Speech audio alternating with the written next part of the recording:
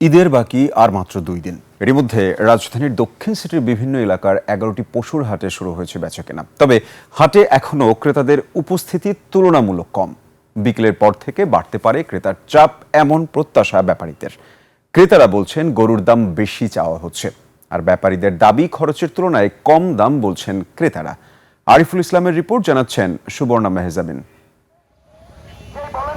হাট জুড়ে গরুর সারি। দেশীয় গরুর পাশাপাশি আছে ভিন্ন জাতের গরু। কেউ গরু দেখছেন, কেউ দরদাম করছেন, আবার কেউ পরিবারের সদস্যদের নিয়ে ঘুরে ঘুরে পছন্দ করছেন কুরবানির পশু।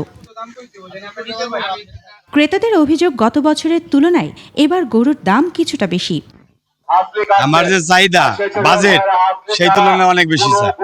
মিডিয়াম সাইজের গরুর দাম বেশি চাষ। বড় গরু পছন্দ করতেছি আর কি, চাইতেছি। তো আমি একটা দুইটা বললাম, 4 লাখ টাকা বললাম, দিল না।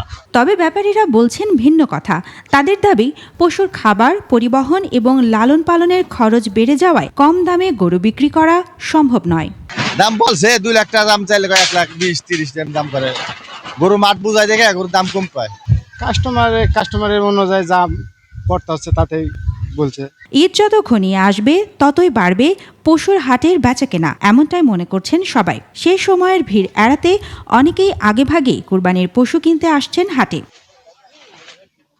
সুবর্ণা মেহজাবিন, 21 টেলিভিশন।